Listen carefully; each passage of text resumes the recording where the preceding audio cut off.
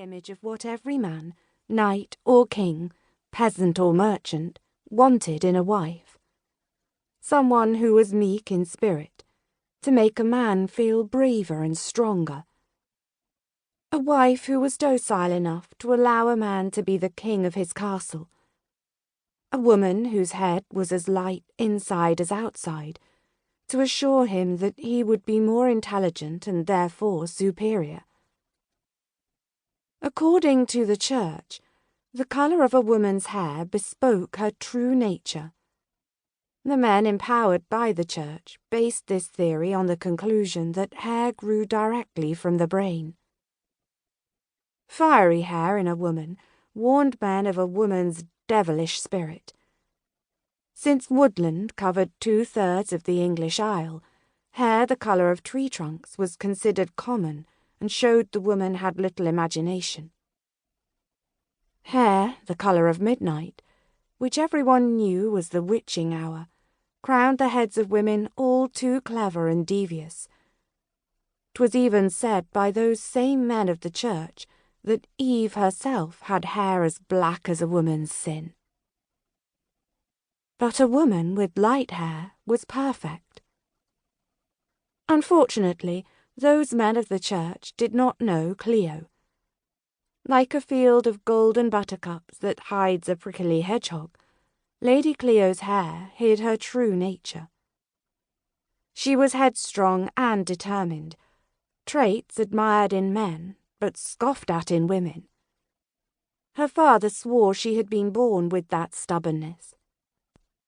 Before Clio's birth, Clio's mother had lost 5 babes. With Clio, as before, her mother's birthing pains had come before her time, so Clio came into the world 2 months early.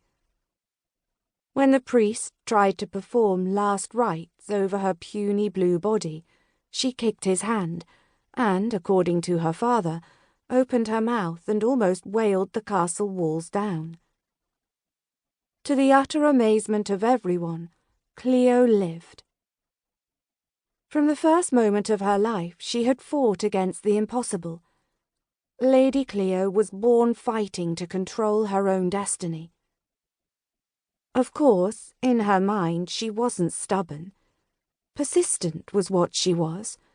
Had she given up at birth, where would she be? Dead, that's where. So Clio believed in being determined. She would not let anyone control her life, for only she held power over her survival.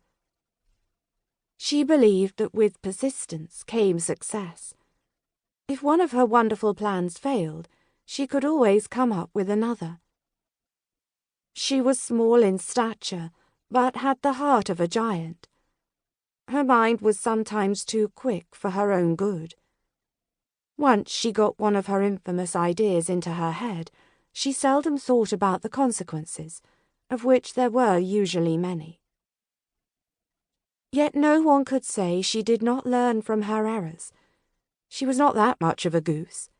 She seldom made the same mistake twice. She always made new mistakes, which suited her because she was the one who determined her own future.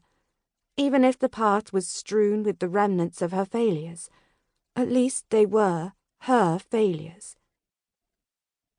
Clio never allowed something as minor as a lack of skill to daunt her efforts.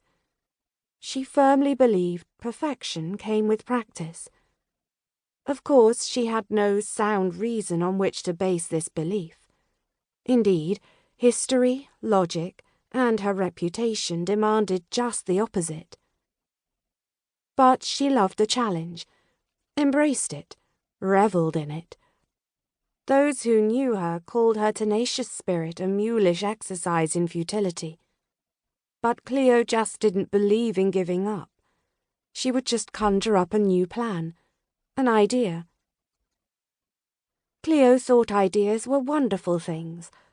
Those who had been privy to some of her fiascos recognized the warning signs.